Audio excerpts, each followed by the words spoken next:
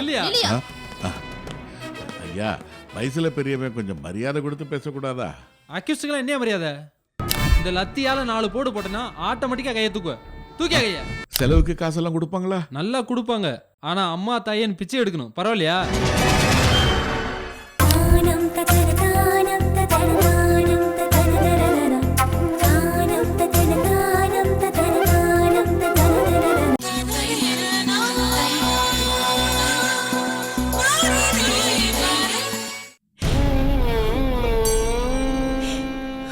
என்ன பாவம் செஞ்சேன்னு தெரியல.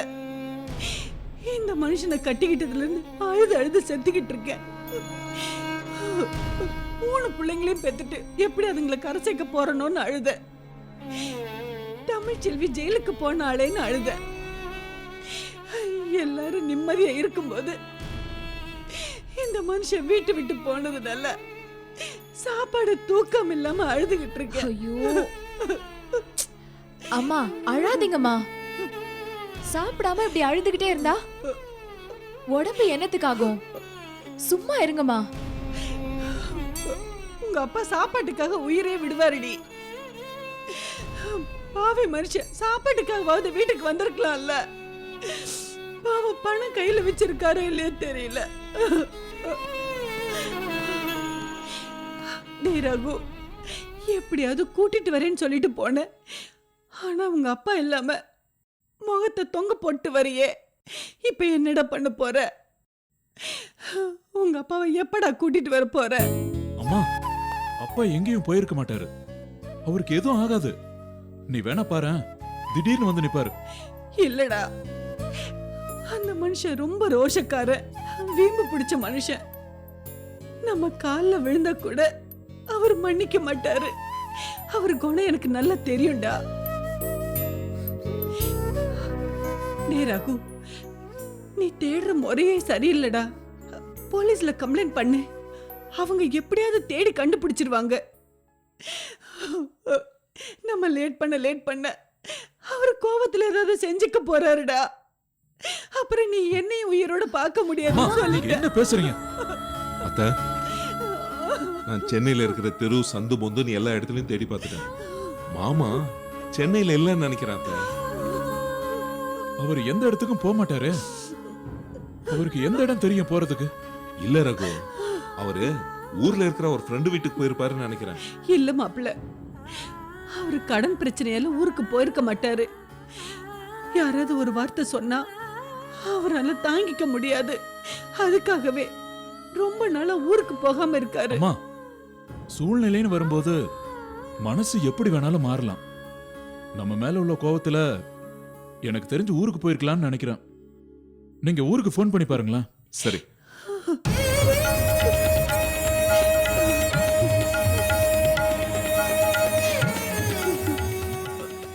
அண்ணா, நான் கைலாசம் பேசுறேண்ணே. சொல்லுங்க தம்பி, என்ன விஷயம்? ஒண்ணு இல்லண்ணே, என் மாமனார் ஊருக்கு வந்தாரா? உங்க மாமனார் ஊருக்கு வந்த மாதிரி தெரியலையே தம்பி. ஏதாவது பிரச்சனையா? அண்ணா இல்லண்ணா, அப்படியெல்லாம் ஒண்ணு இல்ல. சிட்டி வாழ்க்கை போர் அடிச்சு போச்சு, நான் ஊருக்கு போறேன்னு சொல்லிட்டு இருந்தாரு. அதான் வந்தாரான்னு கேட்டேன். அப்படியா? ஒன்னும் தெரியலையே தம்பி. அண்ணா, என் மாமனார் ஊருக்கு வந்தா உடனே எனக்கு கொஞ்சம் தெரியப்படுத்துங்கண்ணா. கண்டிப்பா உங்களுக்கு ஃபோன் பண்றேன் தம்பி. சரிங்கண்ணா, வச்சிடுங்கண்ணா. சரி தம்பி. ரகு அங்கேயும் வரலையா?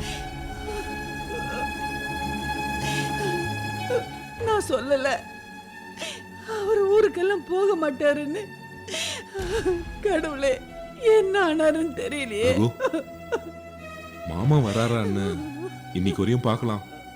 இன்னைக்கும் வரலனா கண்டிப்பா நாளைக்கு போலீஸ் ஸ்டேஷன்ல கம்ப்ளைண்ட் பண்ணிடுவோம். எனக்கு வேற வழி தெரியல. போகும்போது எங்கேயாவது ஆக்சிடென்ட் ஆயிருந்தா அவங்களுக்கு தகவல் வந்திருக்கும் இல்ல? ஐயோ மாப்பிள்ள, நீங்களா இப்படி சொல்றீங்க? ஏன் அத்தை எல்லாரும் இப்படி பயப்படுறீங்க? இப்படி நடக்க கூடாதுன்னு தானே எல்லாருடைய ஆசையும். இருந்தாலும் நம்ம இன்னொரு கோணத்திலையும் யோசிச்சு பார்க்கணும் இல்ல? அதனாலதான் சொன்னேன். எனக்கு வர ஆத்திரத்துக்கு உங்க 2 பேருக்கு இடையில மாட்டிக்கிட்டு நான் தவிச்சுக்கிட்டு இருக்கேன். தேவையில்லாம பிரச்சனை பண்ணிட்டு எல்லாரையும் சாகடிச்சிட்டு இருக்கீங்க. நீ ஏன்டா இப்படி அபசகுனமா பேசிட்டு இருக்க? ஆமா, நானா பேசுறேன்? என்ன அப்படி பேச வைக்கிறீங்க? அதுக்காக வாயில வந்ததெல்லாம் பேச முடியுமா? அடுத்தவங்க மனச பத்தி தெரிஞ்சுக்காம இப்படி பேசுறதெல்லாம் தப்பு ரகு. மனநிலைய பத்தி நீ பேசுறியா? அடுத்தவங்களோட மனநிலைய பத்தி தெரியாம பேசிதான் இப்படி நடந்துச்சு. நீ எனக்கு அட்வைஸ் பண்ற. எனக்கு வர்ற கோவத்துக்கு உன்னை கொன்றுவேன். டேய் ரகு, திட்டாதடா, விடு. அவரு ஒருவேளை காசி ராமேஸ்வரம் கிளம்பி போயிருந்தா? அம்மா, அப்பா கிட்ட பணம் இல்ல, அவரால் எப்படி போக முடியும்? இன்னைக்குள்ள எப்படியாவது கண்டுபிடிச்சிடலாம். நீங்க தைரியமா இருங்க.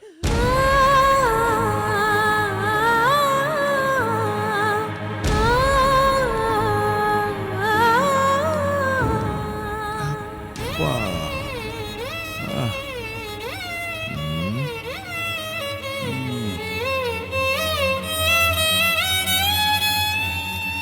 நடக்க முடியல. எங்க உட்காந்தாலும் நாய் விரட்டுற மாதிரி விரட்டி அடிக்கிறாங்க. எங்க நான் போறதுன்னு தெரியலையே. காலெல்லாம் வீங்கி போச்சு. இதுக்கு மேல நடக்க முடியலடா சாமி. அப்பா, ஐயோ. ஆ. ஆ.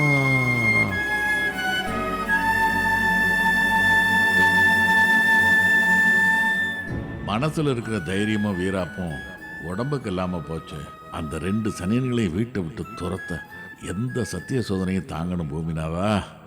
ரகு, அப்பா நீங்க மட்டும் போதும் வாங்கன்னு கெஞ்சிற வரைக்கும் அந்த பக்கமே போயிடக்கூடாது.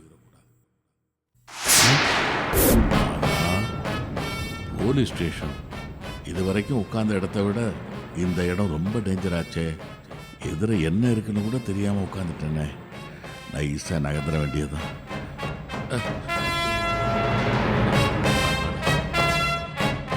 யார் அந்த ஆளு? வந்தான், உட்கார்ந்தான், இப்ப நைஸா நழுவுறான். ஆளை பார்த்தா சந்தேகமா இருக்குல்ல? யோ யோ இல்லையா? ஐயா, வயசுல பெரியவன் கொஞ்சம் மரியாதை கொடுத்து பேசக்கூடாதா? அக்யூஸ்டுக்கெல்லாம் என்ன மரியாதை? நீ பாட்டுக்கு வந்த, உட்கார்ந்த, இப்ப நைஸா நழுவுற. என்ன விஷயம்? ஐயா, நடந்து நடந்து கால் வலிக்குது. அதனால கொஞ்சம் உட்காந்து ரெஸ்ட் எடுத்துட்டு போலாம்னு உட்காந்தேன். உட்கார வேற இடம் கிடைக்கலையா? உள்ள வந்து உட்காரு, ரொம்ப சௌரியமா இருக்கும். சார், இவங்கிட்ட எல்லாம் எதுக்கு சார் பேசிட்டு இருக்கீங்க? மூச்சு வாங்குது அது இதுன்னு. என்ன பாம்பு ஏதாவது வச்சிருக்கியா? ஐயா, அம்மா கொஞ்சம் மரியாதை கொடுத்து பேசுங்க. என் முகத்தை பார்த்தா அப்படி அம்மா தெரியுது? நான் ஒரு பாவமும் தெரியாது அப்பாவிங்க.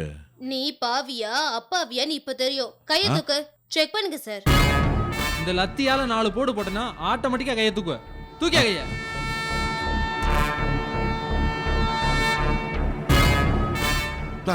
யோ சும்மாரியா? நீ நெளிற? இது டம்மி பீஸ். தொட்டதுக்கு இப்படி கூச்சப்படுது. நம்ம அடியெல்லாம் தாங்காது, அனுப்பிடலாம். யோ, எந்த ஊரியா நீ? மெட்ராஸா வெளியூரா? வெளியூருங்க. வீட்டில் கோச்சிட்டு வந்துட்டேன். எங்க போறது என்ன பண்றதுன்னே தெரியல. ஏதாவது வழி இருந்தா சொல்லுங்க ஐயா. சொல்றேன். நேரா ரைட்ல போய் லெஃப்ட்ல திரும்பு. வடபழனி கோவில் வரும். அங்க வீட்ல இருந்து கோச்சிட்டு வந்த ஒன்னே மாதிரி ஆளுங்க நிறைய பேர் இருப்பாங்க. அப்படியா?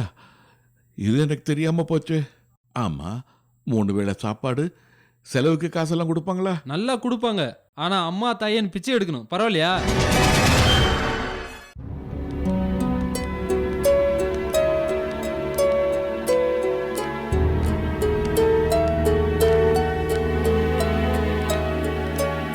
மேடம், மேடம், என்ன பிரியா படபடப்பா இருக்க? என்ன ஆச்சு? எங்க ரூம்ல இருக்க உஷா திடீர்னு தூக்கு போட்டுக்கிட்டா மேடம். நாங்க ஷாப்பிங் போயிட்டு ரூமுக்கு வந்தோம். கதவை லாக் பண்ணி இருந்துச்சு. கதவை தட்டினோம், திறக்கவே இல்ல. ஜன்னல திறந்து பார்த்தா உஷா தூக்குல தொங்கிட்டு இருந்தா. நல்ல வேளை கதவு சரியா லாக் ஆகாம இருந்தது. திறந்து போய் காப்பாத்திட்டோம். இப்ப அவ எப்படி இருக்கா? இப்ப பரவாயில்ல. தண்ணி கொடுத்து அவளை உட்கார வச்சிருக்கோம். ஆனா அவ ஏண்டி என்ன காப்பாத்தினீங்கன்னு எங்களை திட்டுறா. அவளை தனியா விட்டு போனா மறுபடியும் இப்படி பண்ணிப்பாளோன்னு எங்களுக்கு பயமா இருக்கு. நீங்க கொஞ்சம் வாங்க மேடம். சரி வா. ஏய் அழாதடி, சொன்னா கேளுடி. சொல்றேன்ல.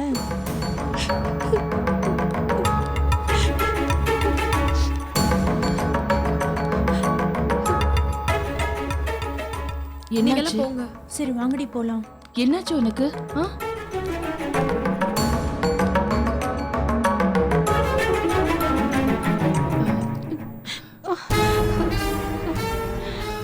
என்னாச்சு?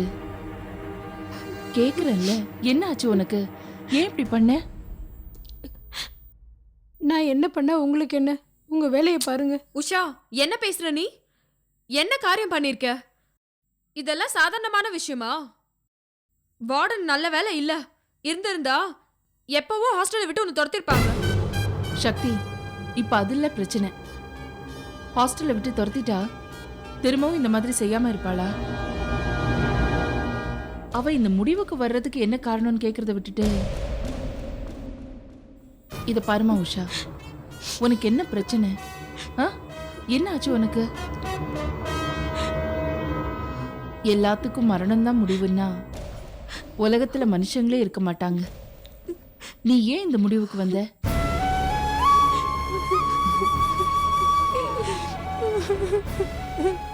இத பாரு, நீ என்கிட்ட சொல்ல மாட்டியா? உஷா, உன் பேர்ல எனக்கு ஒரு தங்கச்சி இருக்கா.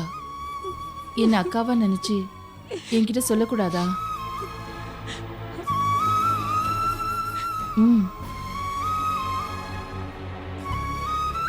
சொல்லுமா, உன் வீட்ல ஏதாவது பிரச்சனையா? நீ ஒர்க் பண்ற இடத்துல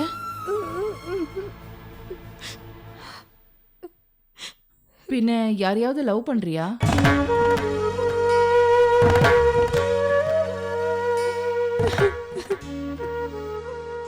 சொல்லுமா, மனசுல இருக்கிறத வெளியில சொல்லிட்டா எதுவுமே பாரமா தெரியாது. அதையே உள்ள வச்சுக்கிட்டு இருந்தா இந்த மாதிரி எண்ணங்கள்லாம் தோணும். சொல்லுமா, என்ன ஆச்சு உனக்கு?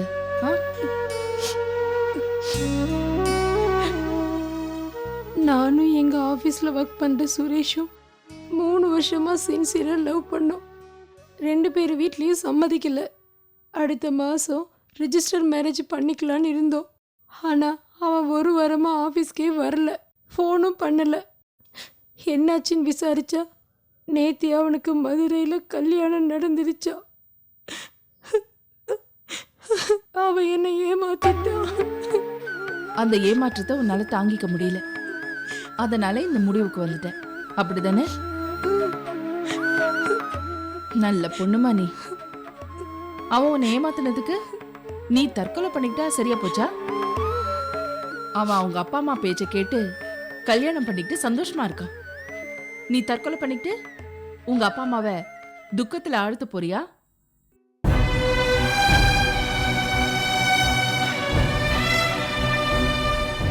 ஒரு ஏமாற்றத்துக்கு முடிவு தற்கொலையும் இல்ல, தற்கொலை ஏமாற்றத்துக்கு மருந்தும் இல்ல. ஒரு விஷயத்தை நல்லா புரிஞ்சுக்க உஷா, காதல் கல்யாணம் இது மட்டும்தான் ஒரு பொண்ணோட வாழ்க்கைன்னு நாம முடிவு பண்ணக்கூடாது. உனக்கு வந்த காதல் நிறைய பொண்ணுங்களுக்கு வந்திருக்கு, அது ஏமாற்றத்திலையும் முடிஞ்சிருக்கு. அதை மறந்துட்டு அவங்க எல்லாம் சாதிக்கல.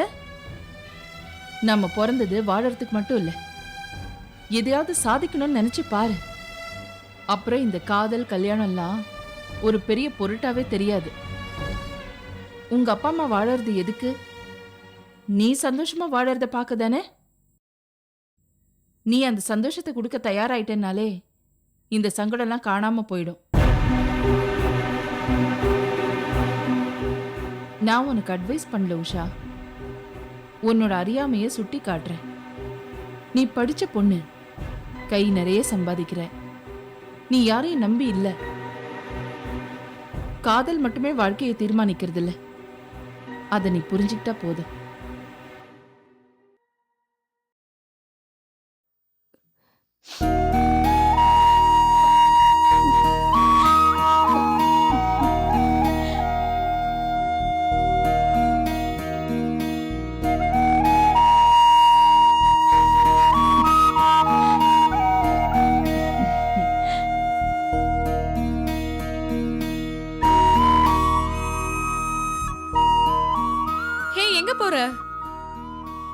இனிமே அவன் எனக்கு யாரு?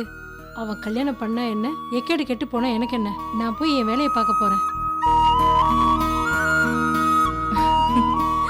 மேடம், அவளோட 3 வருஷ காதல 3 நிமிஷத்துல தூக்கி போட்டுட்டு சுய நினைவுக்கு கொண்டு வந்துட்டீங்க. இனி அவளுக்கு காதல் பிரச்சனை இல்ல, கல்யாணம் ஆகி டைவர்ஸே ஆனாலும் இந்த முடிவுக்கு வரமாட்டா. வா.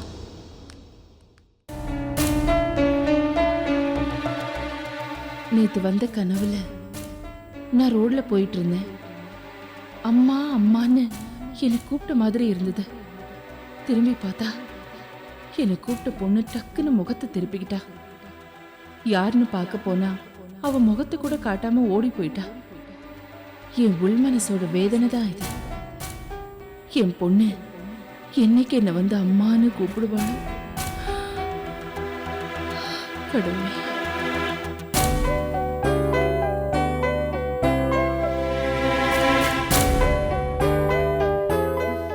Good morning madam. Good morning. என்ன சக்தி, ரொம்ப சந்தோஷமா இருக்க போல இருக்கு. ஆமா மேடம், இன்னைக்கு அம்மா கிட்ட ரொம்ப நேரம் பேசினேன். அவங்களே என்னடி எப்பவுமே 2 நிமிஷத்துல போனை வைப்ப இவ்ளோ நேரம் பேசுறியேன்னு கேட்டாங்க. உண்மையை தானே சொல்லியிருக்காங்க. நானும் 2-3 தடவை பார்த்துருக்கேன். 2 நிமிஷம் கூட பேசியிருக்க மாட்டேன். அதுக்குள்ள வச்சிருவான்னு சொல்லுவேன். என்ன மேடம் பண்றது? எங்க வீட்ல என்னோட சேர்த்து மொத்தம் 4 பொண்ணுங்க. எல்லாருடைய எதிர்காலமும் என் கையில தான் இருக்கு. சில விஷயங்கள் நான் பிளான் பண்ண மாதிரி நடந்துட்டா எல்லாம் நான் பாத்துக்கிறேன், நீ கவலைப்படாத. அக்கா மாதிரி நீங்க இப்படி ஒரு வார்த்தை சொன்னது எனக்கு ரொம்ப சந்தோஷமா இருக்கு மேடம். சந்தோஷப்படு. ஆனா அதுக்கு முன்னாடி எப்படி இவ்வளவு நேரம் என்கிட்ட பேசினேன்னு அம்மா கேட்டதுக்கு நீ என்ன பதில் சொன்ன? அம்மா இன்னைக்கு ரொம்ப நேரம் உங்க கூட பேசணும் போல இருந்துச்சு, ஏன்னா இன்னைக்கு உங்களோட பிறந்த நாள்னு சொன்னேன். ஓ அப்படியா? அவங்க ரொம்ப சந்தோஷப்பட்டிருப்பாங்களே. சந்தோஷமா? 2 பேருக்கும் பேச்சே வரல. 2 பேரும் சைலண்ட் ஆயிட்டோம். கொஞ்ச நேரத்துக்கு அப்புறமா அம்மா தேங்க்ஸ் சக்தின்னு சொன்னாங்க. சக்தி, ஒன்னு தெரியுமா? உங்க அம்மா ரொம்ப கொடுத்து வச்சவங்க. ஏன்னா பொண்ணுங்களோட பிறந்த நாள் அம்மாவுக்கு கண்டிப்பா தெரிஞ்சிருக்கும். ஆனா நிறைய அம்மாக்களோட பிறந்த நாள் பொண்ணுங்களுக்கு தெரியறதே இல்லை. உங்களுக்கு உங்க அம்மா பிறந்த நாள் தெரியுமா மேடம்? தெரியாது. ஆனா எல்லாரோட பிறந்த நாளைக்கும் எங்க அம்மா காலையில எழுப்பி ஹாப்பி பர்த்டே சொல்லுவாங்க. எனக்கு ஒரு ஆசை, எங்க அம்மாவோட பிறந்த நாளைக்கு எங்க அம்மாவை காலையில எழுப்பி ஹாப்பி பர்த்டே சொல்லணும்னு. ஆனா அம்மா பிறந்தப்போ அவங்க ஜாதகமே எழுதலையா. அதான் எனக்கு வருத்தம். ஆனா கொஞ்ச நாளா மதர்ஸ் டே கொண்டாடுறாங்க இல்லையா, அன்னைக்கு எங்க அம்மாவை நான் காலையில எழுப்பி ஹாப்பி மதர்ஸ் டேன்னு சொல்லுவேன். அப்படியே எங்க அம்மா கட்டி பிடிச்சு அழுவாங்க. சாரி மேடம், அம்மாவை பத்தி சொல்ல போய் உங்களை கண்கலங்க வச்சுட்டேன். இல்ல சக்தி, நீ சொன்னதுனாலதான் எங்க அம்மாவை நான் நினைக்க முடிஞ்சது.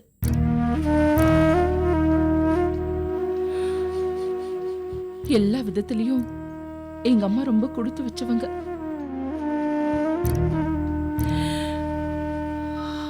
ஆனா என்னோட தலையெழுத்து தான் வேற மாதிரி ஆயிடுச்சு.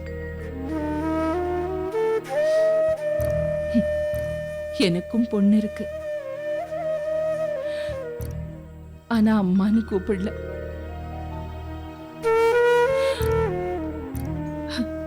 நானும் என் பொண்ண போய் மகளேன்னு கட்டி பிடிக்க முடியல. என்ன வேதனை பாத்தியா சக்தி? இப்படி ஒரு கொடுமை எந்த தாய்க்கும் வரக்கூடாது. எந்த தாய்க்கும் வரக்கூடாது.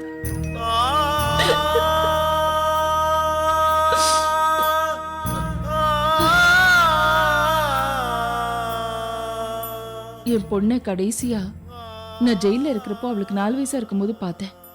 என் கூட பேச மாட்டேன்னு ஓடி போயிட்டா. 10 வருஷம் கழிச்சு என் பொண்ணை பார்க்கணும்னு எவ்வளவு ஆசையா வந்தேன் தெரியுமா? அவன் முகத்தை கூட காட்டல. கதவை மூடிக்கிட்டு, நீ எனக்கு அம்மாவே இல்லை, உன்னை பார்க்கவே எனக்கு பிடிக்கல, போன்னு சொல்லிட்டா. அன்னைக்கு உடைஞ்சது என் மனசு. இன்னைக்கு செதறிதான் இருக்கு. ஒட்ட வைக்கவே முடியல.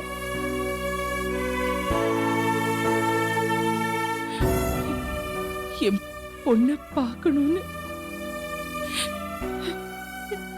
என் மனசு தவியா தவிக்குது.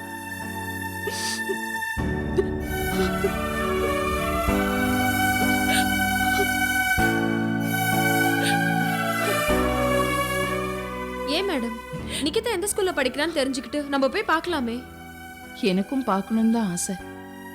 ஸ்கூல்ல என்னை பார்த்துட்டு ஐயோ கொலைகாரி என்னை கொலை செய்ய வந்திருக்கான்னு சத்தம் போட்டா எனக்கு ஒன்றும் இல்லை. அவ படிக்கிற ஸ்கூல்ல கொலைகாரியோட மகன் தெரிஞ்சா என் பொண்ணுக்கு தான் பாதிப்பு.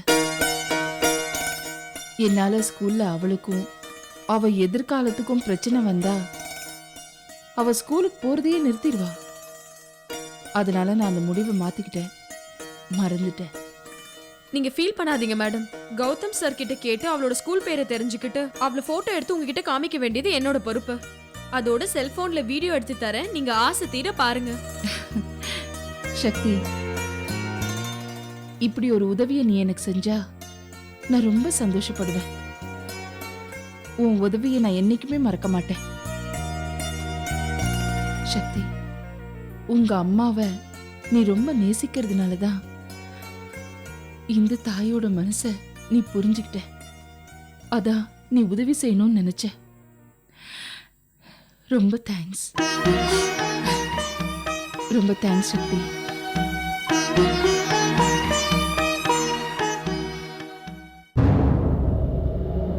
யார் யாரையோ பயமுறுத்தி அடக்கி ஒடுக்கி என் வேலையை ஈஸியா முடிச்சுக்கிட்டு இருந்தேன். ஆனா எனக்கு வந்து வாச்ச பொண்டாட்டியையும் பெத்த பொண்ணுகளையும் வளைக்கவும் முடியல, நிமித்தவும் முடியல. அதனால தான் என் திட்டம் எதுவுமே பழிக்க மாட்டேங்குது.